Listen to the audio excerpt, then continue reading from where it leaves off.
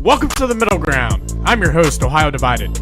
Here we dive into all things sports. Ohio State, Michigan, the Bengals, the Browns, the Reds, college football, the NFL, college hoops, Major League Baseball. And hey, we might even dip into a little NBA when things get spicy.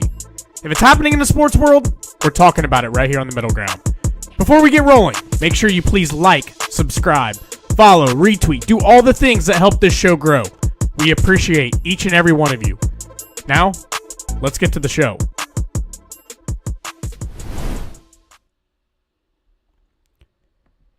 It is Friday, December 12th, and we got a lot to talk about today. Good afternoon, Metal. Good afternoon. Is anything going on in the world, or are we just kind of getting on here just to shoot the shit about some things? Oh no, dude, there is a lot going on. What a week. What a turn of events for a week, you know. Started out very slow. After like National Signing Day last week, got some good recruits that's signing on, Savion Hyder, Carter Meadows, Travis Johnson, yada yada yada. And then Wednesday, woo. It's Wednesday funny. It's funny because like 2 weeks ago, almost to the day, like that week was a week of Thanksgiving, and we were like, if you just go back from that point until now, the amount of shit that has happened is just insane. Like we were getting ready talking about who has more pressure, what's all going to happen in the game. Ohio State plays Michigan, beats them, and then you get into all these coaching shit that's going on. Penn State finds a coach. Like, I don't even know what's happened. And then you get in, Ohio State gets beat by Indiana. In between there, like, Chris Henry Jr. shit all happens. Brian Hartline's leaving. You got signing day in there with all this. And then now, after this past week, Big Ten championship, you feel like things are probably going to calm down a little bit for the next few days. And here Sherrone Moore gets fired. And it's like, okay, well, Metal had said something to me a few weeks ago that there were rumors going around that he had knocked up a staffer or he had a relationship with a staffer. And at that point, Metal and I had talked about doing a show on it. But it was like, no, like we don't want to be the ones to like break that kind of news. We don't want to be the ones to put that out there. That's not our place. We are not a breaking news show. We are a wait for shit to happen and then talk about it show after the fact. And then you hear that he gets arrested later in the night. And you're like, all right, so what is all going on with this now? And here it comes to find out. Everything comes out. He's at his house, goes to the chick's house that he is knocking up or had the relationship with, threatened to kill her, threatened to kill himself, ended up leaving there. And then here he's arrested, and all of this just coming at 1,000,000 miles per hour. I was traveling for work this past week, so I wasn't keeping up with everything that was going on live like I'm sure you were, Metal. But let's hear it. What the fuck happened in the past few days? Where are we at? How did we get here? I mean, how did we get here, honestly? So, just to start this off, so I got messages from people that I have connections to from the University of Michigan, and these people that told me about this stuff don't get involved in any of the bullshit drama. They weren't really heavily involved in the whole sign stealing saga that happened over the summertime. So they told me about this. They told me that Sherrone Moore was having an inappropriate relationship with a staff member, and they gave me the name, and it was that the Paige Shiver or Shriver or whatever her name is. It was that girl, and I told you about it, and I remember having a conversation we decided I don't want to get sued. Yeah, we were talking about like our first initial reaction was like, fuck. I don't know if it was last Friday. I think it was last Friday when we were talking about it, and you had told me like a few weeks before that. And I was kind of like to you, you want to do a show? And we were like, yeah, let's get on and let's talk about this, because it was kind of starting to get thrown around out there. And then we were both talking a little bit more and like, I don't know if this is something we need to talk about. Like, we are not the guys or the people, and we did not have our homework done to go out and basically break this to the world. Like, let's Yeah. just let this play out, and if something happens, then we'll talk about it. Fast forward Yeah. a week So or 2 weeks, whatever it's been, here we are.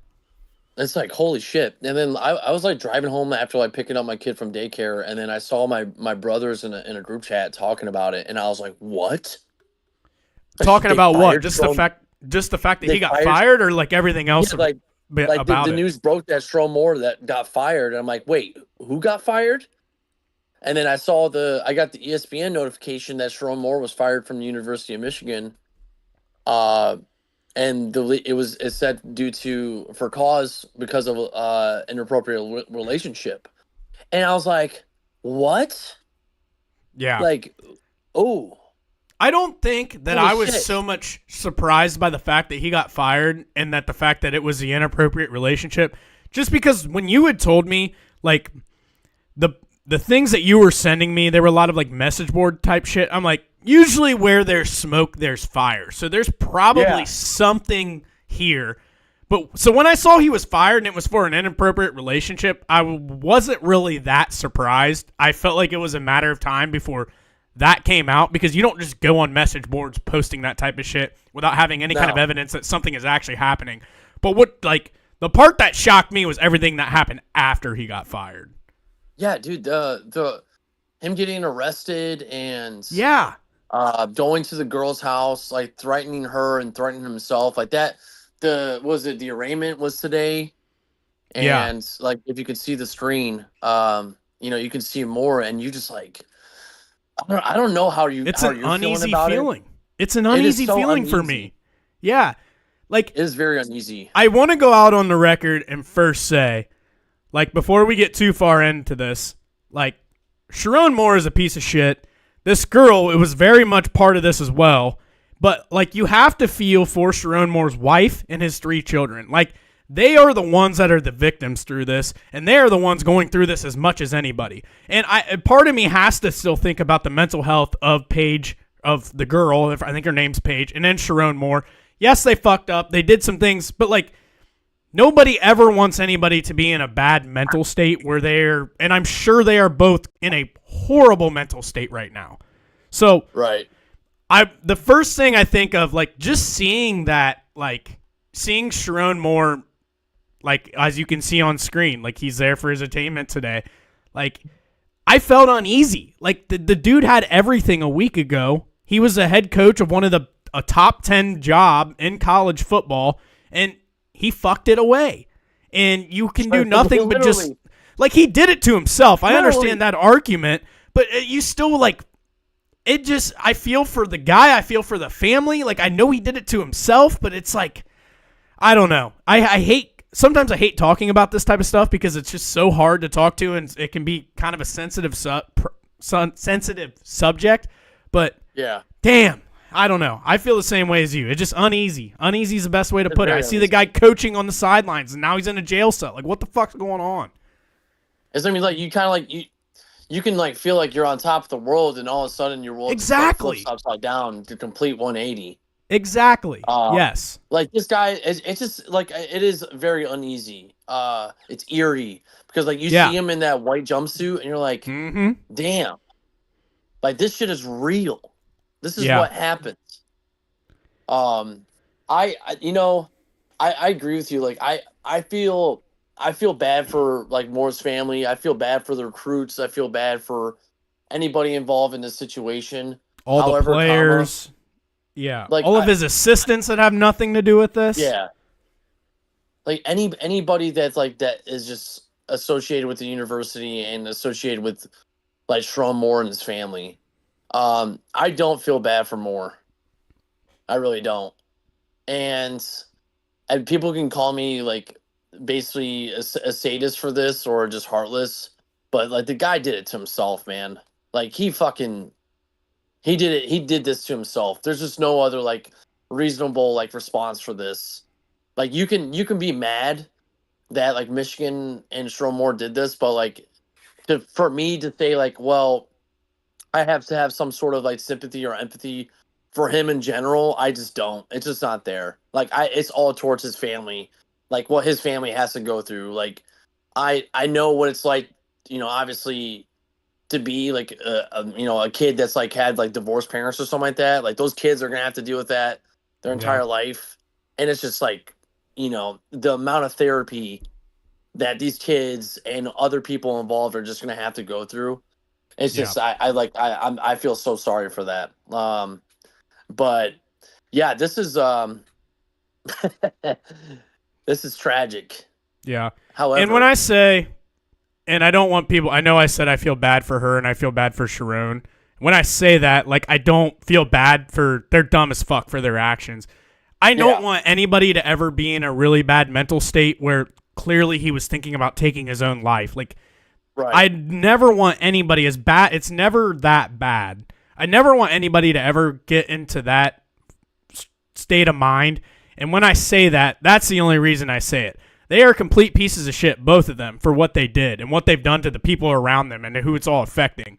But I still don't want to dismiss like their mental health. Like, I don't want anybody to ever get to a point of where they're taking their own life. There's no place for that, and there's always better days ahead. But don't get me wrong, like, they are both pieces of shit and deserve everything coming their way. No, I agree with you. Like I'm there with you. Um, I mean, I don't like I went on after the news broke on this. I went on the Voice of College Football, like the Michigan account with TJ and John, Mm-hmm. and I talked about it a little bit. I talked about how the kind of the same shit that I said during like my conversation with Dave Portnoy. Crazy, by the way. Yeah, Um, yeah, hell yeah. You got on that shit last night. I was yeah, requesting. He wasn't letting anybody. Once Spiro went, he's like, nope, nobody else is going. Nobody but Michigan fans. yeah. So I got lucky on that, but like I pretty much said the same stuff. Like my theory again is that Michigan has known about this for some quite some time, and Michigan is kind of using this as leverage against and blackmail against like Sherrone Moore. So they either they were going to like the outcome of the Ohio State game in this season was basically the trigger if they were going to pull that and let Sherrone Moore stay or go. Um, I mean, there's just like a lot of information out there about like Paige's salary getting doubled because they're That's trying to keep it hush insane. hush hush. I know it's just so How does fucking that not crazy. raise a fucking like? How does that not raise a question? Like any fucking question at all.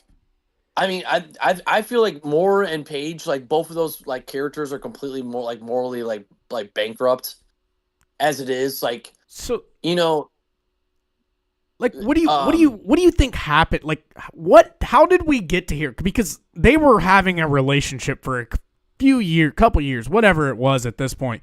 Where do you think it got to the point where she decided? Because she basically came forward, right?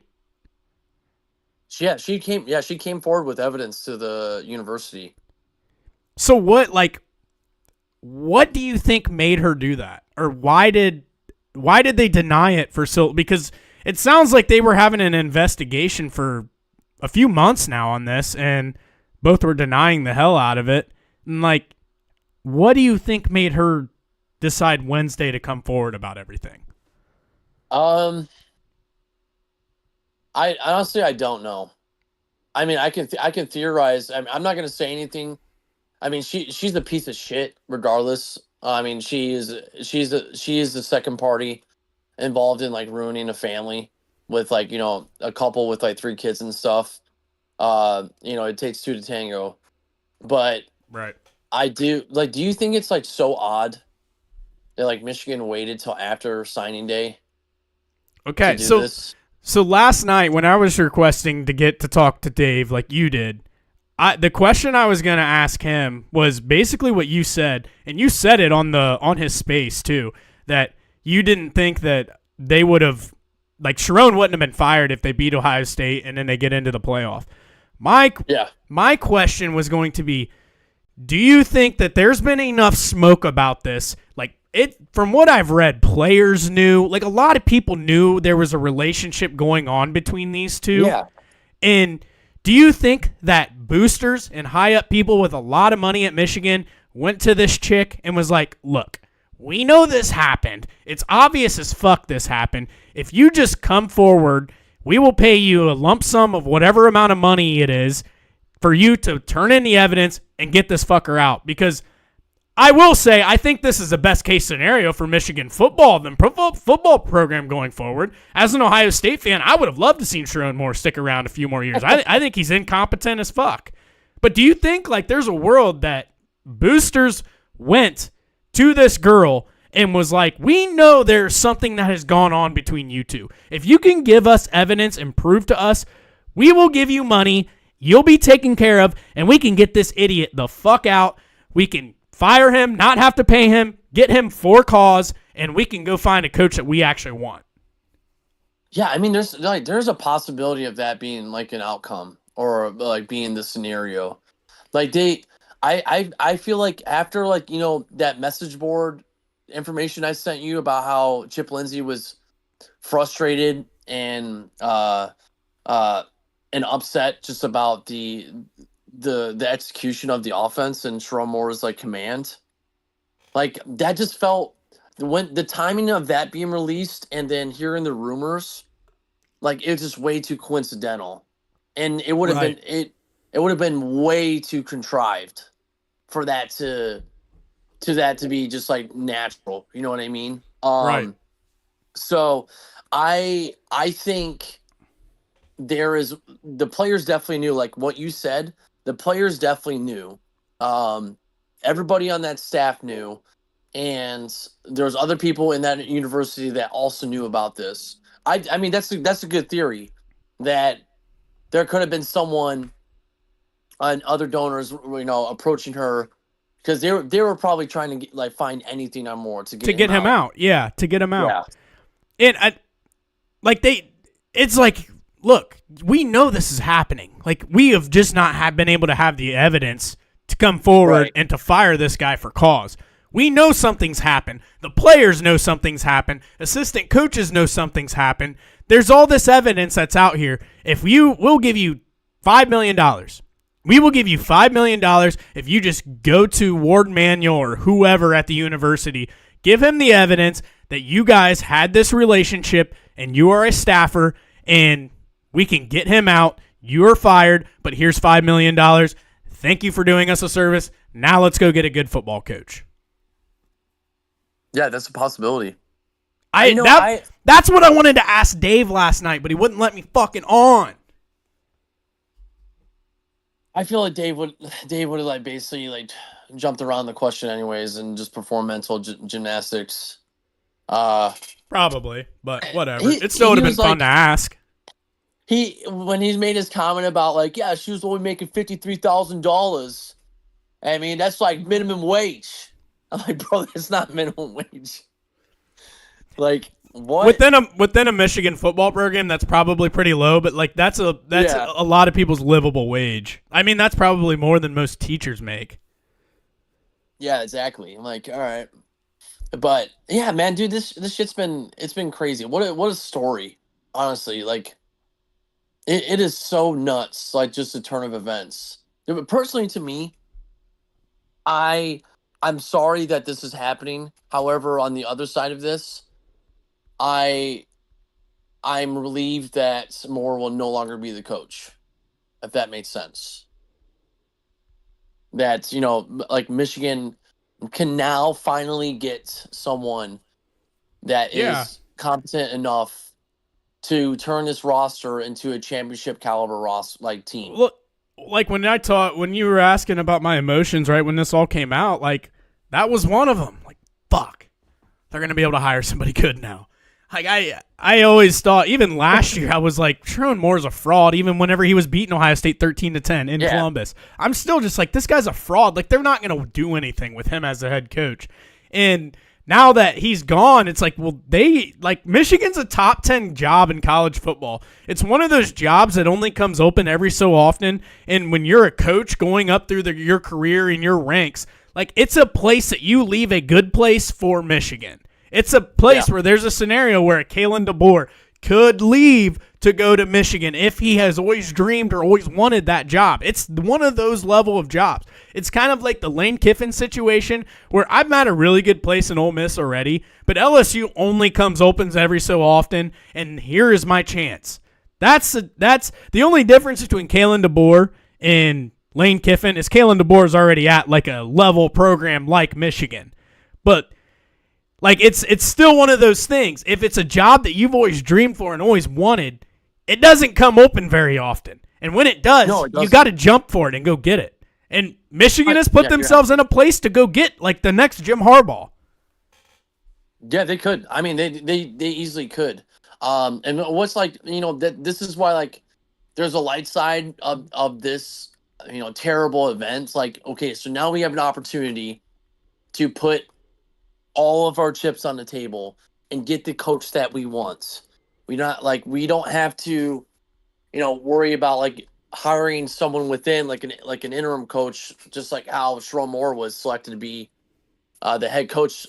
Because Caleb DeBoer, like he wanted to be the coach of Michigan after the national championship season, but Michigan already hired Sherrone Moore because of Jim Harbaugh's reference and suggestion. So and I think, like now we have. Sorry, go ahead. No, go ahead. No, go Sorry. ahead. No, I thought you were done talking. No, you go. Right. You go.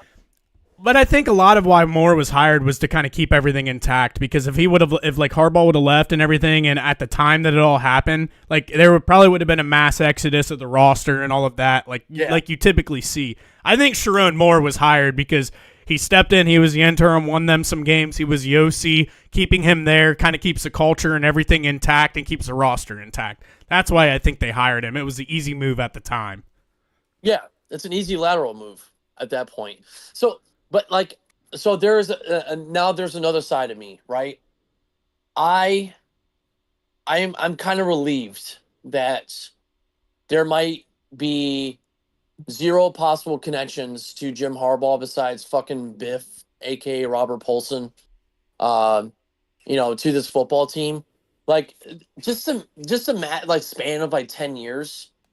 Like what is like one of the programs that has like the most like fucking corruption and like most like NCAA incidents going on like throughout like college football? Like that would be Michigan. Like that's an easy answer. Like we have in 2023, like we had the sign stealing scandal. We got Matt Weiss hacking into fucking girls' computers, and then we have Alex Yud, the dude that is a complete fucking pedophile, like meeting with kids, like 13-year-olds, and now we have this Sherrone Moore situation, to where like this entire university has a bubble of extremists. Like there is a label on this thing, and like a lot of people preach about this Michigan man standard, Michigan man that. Like, what the fuck is this Michigan man standard?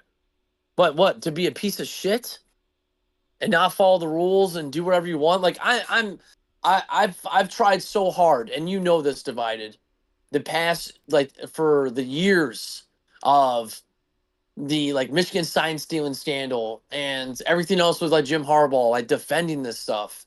Yeah. And like I'm fucking over it, dude. I'm fucking over defending like Michigan. And the only thing that's going to make me feel better is Michigan making the right decision and getting the right football coach. Either that would be, Jed Fish or Kalen DeBoer. Was it Dillingham? Like they have to get someone. If they don't get someone, I fucking swear to life, if they hire Brian Kelly, I will not watch this fucking program ever again. I will be a fucking Oregon Ducks fan. I will buy myself a Dan Lanning shirt, and I will fucking change my profile picture. I swear to God. Why Oregon? Fuck Ohio State, fuck Michigan State. Yeah. Well, I mean, I've kind of, like growing up, like I used to like watch Dennis Dixon a lot. When he was the quarterback at Oregon. I don't know if you remember who he was. Yeah. Yep. But yeah, dude, he was a stud. Yep. And I don't know. I've always liked Oregon's like color schemes. Like it seems like a really cool university, and like they have a lot of rich history there at that program. But like Yeah, if that happens, like I'm fucking an Oregon Ducks fan. You might as well call me Oregon Metal at that point. I don't think you guys will take Brian Kelly, but no, I think that that's a big part of the reason why I've always respected the hell out of you is like I can't stand it when fans are just fans and they just have fan blinders on. Like I respect fans that call shit out when when there are problems and when there are issues, and I respect fans that when things are good, they celebrate it. And there was somebody else who posted it. It was a Michigan account, and they posted it exactly right. And it's like you've had a lot of these situations and these things, and don't get me wrong, like Ohio State has had their history that has not always made the brand of Ohio State look the best either. But you've had so many in the past like short period of time that has really kind of just like stained like the Block M. And you can still get back to like the high morals, like the character, like the Michigan man narrative that has always been put out there by Michigan fans, but it's kind of been torn down a little bit. And you need to not only get a good football coach who's going to win games, but reestablish that culture and reestablish like what it means to be a Michigan man. Yeah, exactly. Like I can't sit here and defend countless times of like countless mistakes over and over again. Like at that point, like you just kind of get drained thin, and then you're just like running through like invisible fucking obstacles, and your mental stability just goes straight through the fucking ground, like trying to deal with this stuff. Like I feel like what a lot of Michigan fans need to do is like they need to come to realization that like our program is not the best program in the world, and we are not always on our like P's and Q's. So what does that mean? That means like everybody fucks up, everybody makes mistakes, and Michigan is not perfect from that. So like people can call me a cuck, people can call me a retard, all this other stuff, and just basically slander my name, but I'm fucking real as it gets, and I know you're real as it gets, Divided. So like if you don't like me, I don't give a fuck. I don't care. This program is in shambles. We need to hire a real coach. I've always said that we need to hire a real coach. If we don't, this program will continue to be in shambles, and we will get laughed at by the entire world. So I want to enjoy watching football again. Besides my Seahawks, which are doing it fantastic, by the way. What do you think? I think this is a good segment into who's. Are you going to go the direction of who the next head coach should be, or did you have another? Oh, yeah. I was there. Yeah, I was going to say I think this is a good segmentation to go into who the next head coach should be. So, like the names that I've seen thrown around a lot would be Kalen DeBoer, obviously, Jed Fish, and then Kenny Dillingham. I know that you said Brian Kelly. I don't think that there's any shot in hiring Brian Kelly. Hiring Brian Kelly is probably the dumbest thing that Michigan can do at this point. And I think that the people in charge and everything, I think that they realize that too. There's no way Brian Kelly's going to be the next head coach at Michigan. But I would say those three names, and I would be thrilled with all three of those guys if I was a Michigan fan. I think that DeBoer or Dillingham would be definitely like my 1A, 1B, and then Jed Fish would be after that. But I think like those are three solid coaches that you feel confident are an immediate upgrade from Sherrone Moore moving forward. What do you think? Do you think Michigan's gonna make Signetti and Freeman say no? I think you have to, right? Yeah. Like if whoever the Oracle guy is, if he's willing to help you guys out and give you money, like why wouldn't you? They're probably two of the best coaches in the game right now that you could maybe pull from. Like Ryan Day is obviously not going. He's another top coach that's out there. But like Marcus Freeman and Kurt Signetti are very possible. I think that you throw them like fuck you money in a way where you make him kind of think about it a little bit. Will they go? Even Dan Lanning. You can do Dan Lanning too. You could try Dan Lanning. I think that all three are pretty satisfied for where they're at, and they're kind of building something where they're at. But I think that Kurt Signetti is definitely the one that could be lured away. I mean, Dan Lanning's got it pretty nice out at Oregon. He's got Nike money in his backyard. They're at the top of spending in NIL and everything.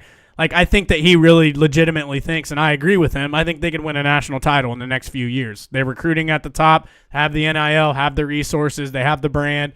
Like, I think that he's in a really good spot. Notre Dame with Marcus Freeman, like, he brought them to a national championship, something Brian Kelly made pretty obvious that he didn't think could ever happen at Notre Dame, and he did it last year. Parlay that in, you have as rich of a history and a tradition at Notre Dame as anywhere in the entire country, and he's stacked like 3, if maybe 4. I don't know exactly the amount of years that he's been the head coach, but he's stacked top 5 recruiting classes these past few years. So he's starting to get to the point where a lot of these guys that are starting to play now are guys that he recruited and rosters that he's built. So I think that alone will make him kind of want to stick around and stay there as well. And I think that Notre Dame, Oregon, and Indiana will be willing to pay a little bit more to keep these guys there. And then Kurt Signetti, like, he's done the unthinkable. He's made Indiana the number 1 team in college football heading into the playoff, and they just beat probably the biggest competition of the last 30 years from them in Ohio State not even a week ago. But I think you have probably a little bit better, not a little bit, definitely have better resources at Michigan. You will have better NIL support, just a better, bigger brand, better facilities. Like, everything is just better at Michigan than what it is at Indiana. But I think Indiana is making it very clear to him, look, man, like, we are willing and we have the money to invest in football. We just haven't had a reason to, and you are giving us a reason. So that's why I think it would be difficult for them to get Kurt Signetti away from them. But yeah, those 3 would be the 3 I'd start with for sure. Dude, can you imagine if, like, Signetti left to coach Michigan, like, how, like, complete shambles I don't want him Indiana to. would be? I don't want him to. I do not want him to. If I were you, I would be foaming at the mouth for Signetti. As an Ohio State fan, I do not want him up there. I want Signetti, but, like, I would feel for Indiana. Oh, for sure. Like you guys were just literally from, like, fucking to the top, from the bottom to the top, and all of a sudden you're going straight back down. You like, talk about having your heart ripped out. Oh yeah. And Indiana, like, if he left, Indiana's not a place like a young head coach is going to be like, oh, I'm going to go to Indiana and start to win there, just like Kurt Signetti did. No, they're probably going back to what they were a few years ago, unless they can find a guy on his staff that he can promote from within to try to do what Signetti had already started. But even then, that's not a sure thing. Like, it's not like Sherrone Moore leaving Michigan or like Jim Harbaugh leaving Michigan. Like, Michigan's going to be fine. Ohio State, if Ryan Day left, Ohio State's going to be fine. They have all the resources that are needed to whoever the next guy is, they're going to be able to bring in a top guy. Indiana's not going to be able to do that. They got to keep Kurt Signetti and get their football program turned around probably over the next 5 to 10 years so that they can turn into a Michigan and Ohio State. Yeah. I think right now, like, Ward Manuel, I mean, dude, that guy's so fucking lucky he kept his job, by the way. I have no idea how this guy's still the athletic director. What happened? I thought he got fired.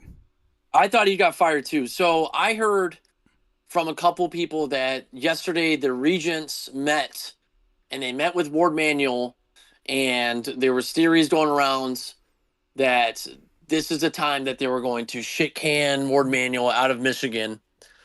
But since that didn't happen and it came out that Ward Manuel is going to keep his job, I really think Michigan already has their coach.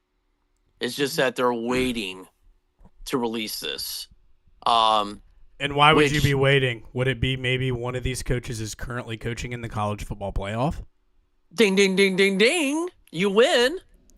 But then again, what happens if Bama wins the first round, and then you have to beat that portal window opening? Yeah, because that's what, January 2nd. That's when the portal opens. Yeah.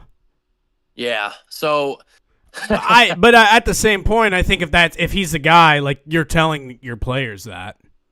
Yeah, but that's like so hard, like, to keep under, like, hush hush. At that point, like just keeping that information confidential. That would be so hard to do because that would leak immediately if you're telling your players that.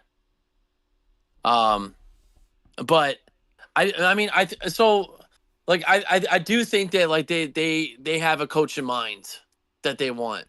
I mean, I would love Dillingham. I would like Dillingham too if I were you. I think he's a Yeah, fantastic coach. fucking Cam Stadaboo, like he completely turned around Arizona State. And Forks up. And he just lost his quarterback. Yeah, Sam Levitt. Yep. So it's going to be pretty obvious that he doesn't have the NIL backing. So I don't think he's going to last there a whole hell of a lot longer. So this could be if Cignetti tells you no, if Marcus Freeman tells you no, if Dan Lanning tells you no. Which, for the record, I think all three of those probably will, but you never know. And then, dude, can you imagine the chaos if Marcus Freeman said yeah and came to Michigan? Oh my god. I just feel like it'd be really dumb for him or Lanning to leave where they're at because they already have it pretty good. Yeah, they do have it pretty good. Cignetti, I would get. Cignetti, I would understand. Yeah, Cignetti is like, yeah. But Marcus Freeman, that's like, I mean, I feel like you get more nil funding with Michigan. I mean, like Notre Dame and Michigan, like they're like the same amount, like, you know, rich history. Yeah, they're pretty similar like for sure. Like they're like high academics, schools. Yeah, they are pretty similar for sure. But like with Michigan, like you have more nil funding than Notre Dame. Yeah, like and like maybe like and this too, like Notre Dame, you have lesser academic restrictions than you do Michigan, but you get more funding because of Larry Ellison and other donors for the University of Michigan. I mean, that would be so strange for them to do that. I don't see it. I just don't think Marcus Freeman. I think Marcus Freeman loves it there, honestly. Like I think he loves Notre Dame. And if Ohio State opened up, I don't know if he would even come. I don't know if he would. I honestly think he would stay at Notre Dame if Ohio State's job opened.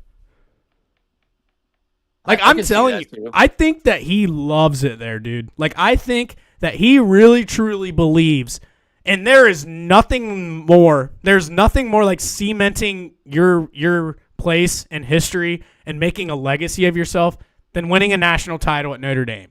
Especially after they've gone how long since not winning one? Like he would be a legend forever. Not only at Notre Dame, but in college football. It's just that big of a brand. And I truly, absolutely think that he believes that he can win a national title at Notre Dame. That's why I think that he's recruiting at the top. He's already been to the national championship. He's a young coach, got a really good thing going, hell of a good culture there. I just have a hard time seeing him leave. Yeah, I don't like it's. Especially like you took that team last year, the team with like Riley Leonard at the quarterback and like, you know, Jeremiah Love in the backfield, and you took that team after a just embarrassing loss against Northern Illinois at home, and you took them all the way to the national championship to be at least somewhat competitive all four quarters against Ohio State. You know, and now this year, I feel bad for them this year that they didn't make the college football playoffs, on which you and I can agree. Like, I feel like they got fucked. Like, really hard. I think the college football playoff, you need to stop letting in Tulane and James Madison and let two other big guys in. Stop letting these small ass schools in. Yeah, they definitely deserve a shot at the national championship. You know what would be a great idea? Just like the NCAA March Madness tournament. Like, why don't just like have a play in? Like have a play in tournament. Like you have 4 schools, you have the first 2 out. And then you have 2 G5 or G4 fucking schools that they would play one of the first 2 out. And then basically the winner of those 2 right there would make it to the college football playoffs. Yeah. Like, that would be sick. That's more football right there. That's more football. Yeah. I don't know. I don't know what the right solution is, but the solution I do know is teams like Notre Dame should definitely not be getting left out of the playoff. Absolutely No. not.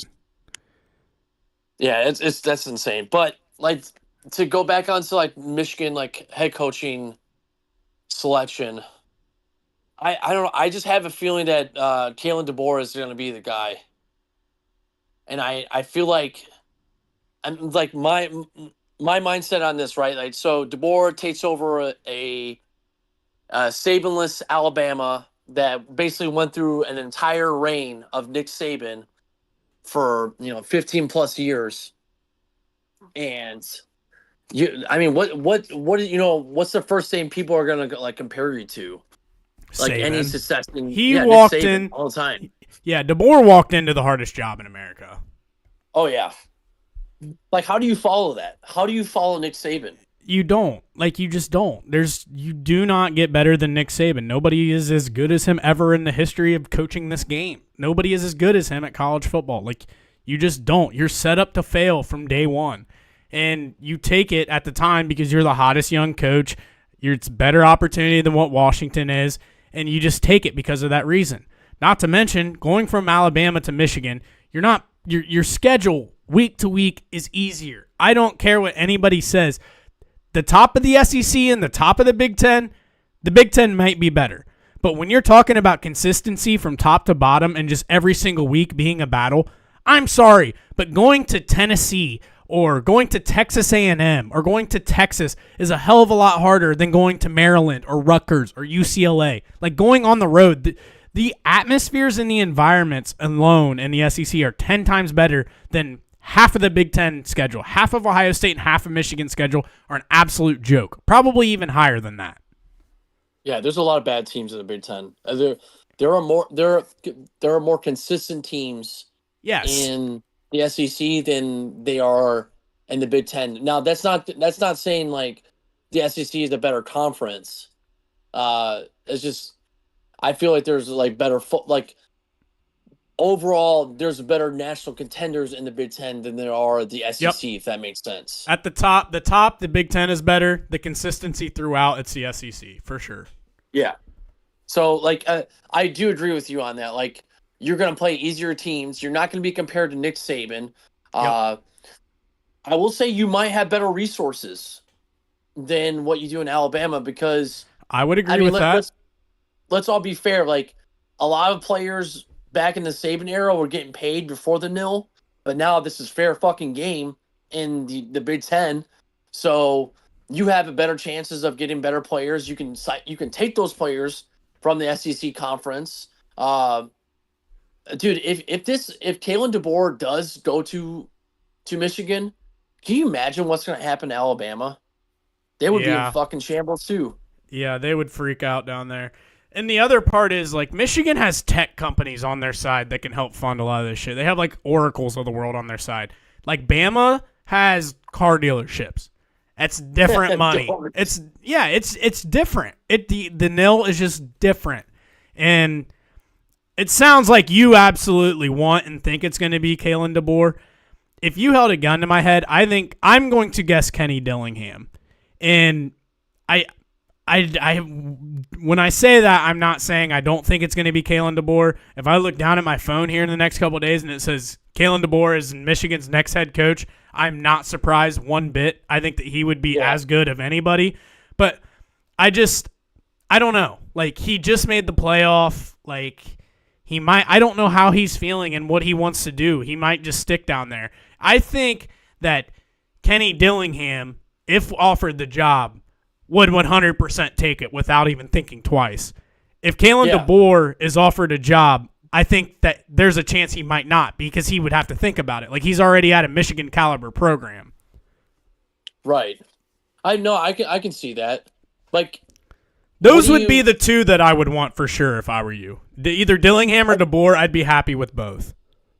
I mean, I think I would be happier with DeBoer and Dillingham over Fish. I agree for sure. Agreed. But I'm not gonna say Fish is a bad coach because, I mean, let's just like look at the situation that he was put in with like Washington. Like, Washington was completely stripped. Yep. After the national championship game team, because they all of them basically went to Alabama, and then they join a conference alignment with Washington, USC, UCLA, and Oregon joining the Big Ten. So like that entire team completely changes. And I mean he did a pretty decent job this year with like a less talented roster. I mean, just imagine like what he can do with like just again funding and like more talented players at Michigan. And Absolutely. He was Michigan's quarterback coach. When Wilton Spate was starting for Michigan in 2016 and 2015. So I mean, I would be okay with that. I wouldn't be okay with Brian Kelly. I wouldn't be okay with. I don't think Jesse Minter is a possibility at all. I don't think Michigan wants anybody with any relation or ties to Jim Harbaugh. And like as much like I think Jesse Minter would be a great fit. It's just like all the shit, with the sign stealing stuff. Like Yeah, the dude's on a show cause right now. You're kind of keeping the old bad narrative around if you do that. Yeah, you're keeping that stuff. Like you gotta fucking clean slate this entire transition. Yep. It's time to just start fresh, whole new group, bring everybody new in. Yeah. So, do you think we lose a lot of recruits? Like, if whomever, like, let's say we get Dillingham, Fish, or DeBoer, like, do you think we lose a lot of recruits? I think it all comes down to when it happens. Yeah. I was just looking at the calendar. Do you think that Michigan will have a new head coach before or after Thursday, December 18th at 12 a.m.? So that will be basically will they have a coach before Thursday morning at 12 a.m.? Is that when is that? Is that the first playoff game? No, I just kind of was looking at the calendar. So basically, Michigan would need to hire a coach within 1, 2, 3, 4, 5 within the next 5 days. Do you think Michigan will have a new head coach named within the next 5 days? If they do, it'll be Dillingham. Yeah, I think it will be him. Yeah, for sure. I agree. That's what I think it all comes down to. If you're gonna see like recruits leaving or guys hitting the portal, the only reason that they would have that is if this like gets strung out pretty long and then they hit that portal window and like a lot of that type of things. But I think if they get a head coach hired and named here in the next few days, I don't think that they'll lose a whole lot, honestly. No, I don't think so either. It would be interesting. I mean, a lot of the players like usually like what makes them like commit and stay is like the position coaches, anyways, because that's who like they get close to on the team. That like, I think they just fall in love with the brand and they fall in love with the program. Like, yeah, the coach has a lot to do with it. But like Zach Smith was talking about this with like the whole Chris Henry Jr. situation. Like if he was saying if Brian Hartline and Ryan Day did a good enough job recruiting Chris Henry Jr. through high school, like Chris Henry Jr. has spent time as a kid imagining himself playing for Ohio State. Like he's spent a year, 2 years imagining his career going on and happening at Ohio State. So he's like, yes, you as a position coach matters, but like the brand and the program sells itself. If that kid has gone the last couple of years imagining himself of playing in the maize and blue and being a Michigan Wolverine, being part of the program, and if you at least bring a guy in that's competent, I think most of the time those kids are going to stay because they're coming for the brand, not so much like the coach. And like whenever the Chris Henry Jr. like decommitted and like all that shit was going on, like Zach Smith was talking about, like I'm sure right now he's kind of just like holy shit, this happening. I'm gonna decommit. I need time to think about this. He's like, don't get me wrong, like I would too if I were him.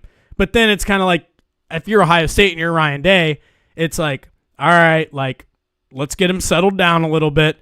Let's reaffirm to him that everything that we have talked to you about in the last 2 years, you're gonna come here, you're gonna develop you, like that is still going to happen. So I think if Michigan can name a coach in enough time, get somebody quickly in there, get them start to build relationships and start to talk to a lot of these kids. It's like, hey, look, like I know that I wasn't here, but I've won everywhere else that I've been, but the plan doesn't change. you're still going to come to Michigan. You're still going to get developed, and we're still going to get you to the NFL. That does not change. Just because there's a different guy at the head, that doesn't mean that your career isn't going to go exactly how you anticipated it to go.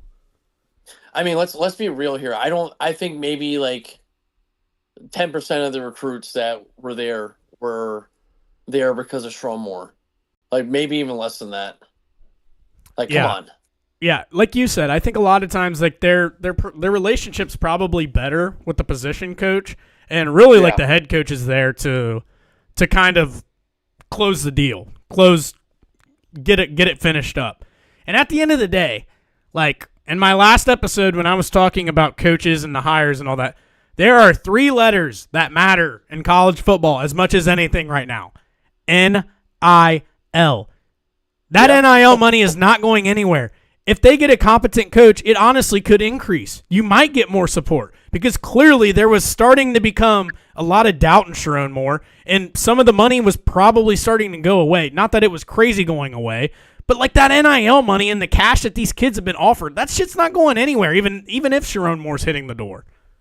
Fuck no, dude. That shit ain't going nowhere. It's not. It's just I'm willing to bet like my entire fucking paycheck that a lot of these kids like do not give a fuck that Sherrone Moore was the head coach of Michigan. Like they came there, like you said, for the brand and for that money, for that dollar sign. Like, come on. Like I like the one thing that like worries me the most about Michigan football is just like developing quarterbacks, and like we've obviously seen that. Like, do you really think Bryce Underwood decided to go to Michigan because of Sherrone Moore? Fuck no. He got the bank. He got fucking money. Now is he going to get developed? Yeah. I think there's a world Bryce Underwood could transfer to like LSU, because LSU just came out and told what's-his-face, Lane Kiffin, that they're giving him $25 million to basically do whatever he wants with it. And Lane Kiffin's going to tamper like a motherfucker. But if I'm a Michigan fan, I don't really know if I care that much. Like, he struggled a lot this year. Like, if you lose Bryce Underwood, you're going to be fine. Yeah. And if Kenny Dillingham goes, Sam Leavitt might transfer in and be Michigan's next quarterback next year. Who knows? Yeah, that's true. And like, I mean, Sam Leavitt's good. Sam Leavitt's a good quarterback. I would be perfectly happy. He's a much more accurate and better passer than what Bryce Underwood is today. I mean, Bryce is 19, 18, whatever he is. He's got time to develop and everything. Like, he's going to get a lot better next year than what he was this past year. But I still think Sam Leavitt is a better thrower of the football as it stands today. And Dillingham fucking developed him, too. He developed Sam Leavitt. That's what I mean. Sam Leavitt's hitting the portal. Kenny Dillingham could be Michigan's next head coach by the end of the weekend. And then Sam Leavitt could be the next quarterback. Like, it is not impossible, Metal. I would you know what? I would take that, honestly. Like, from I would too if I were you. What we saw over that against Ohio State, fucking 16 yards in the first half, I would take that in a heartbeat. Yeah, exactly. Care. I think you immediately improve at head coach and you immediately improve at quarterback. 2 of the most important spots on a football team. Yep. That's like Richard Eisen said it as well. Like, the quarterback position is the most important position out of any position in like a university, because like that position sport right there, and in any sport, because that position right there, like, it funds the buildings, it funds the campus, it funds everything. If the fucking football team is doing good and that quarterback is doing great, you know, that's where more money comes into the university. Quarterback determines success of your football team. If you have a good quarterback, you're going to have a good team. If you don't have a good quarterback, you're not going to have a good team. Yep. Look at the best teams in the NFL. The best teams in the NFL are typically the ones with the best quarterbacks in the league. That's just how it usually goes. Yep. Look at the Browns. The Browns have one of the best defenses in the NFL. And their fucking offense is absolutely dog water. Yeah. Imagine if they had a good fucking quarterback. Mm-hmm. Yep. All right, Metal. We got anything else that we want to discuss before we get on out of here? No. I that felt good talking about that. So yeah, I think you guys are just fine. It's embarrassing right now. Like, it's definitely Michigan name, Block M has been tainted for sure, but better days are definitely ahead, and I think it's going to be better for Michigan in the long run. And as an Ohio State fan, I fucking hate Michigan. I want them to fucking lose, but Michigan being good is better for the rivalry. It's better for college football, and you want schools with a big brand like Michigan to be good.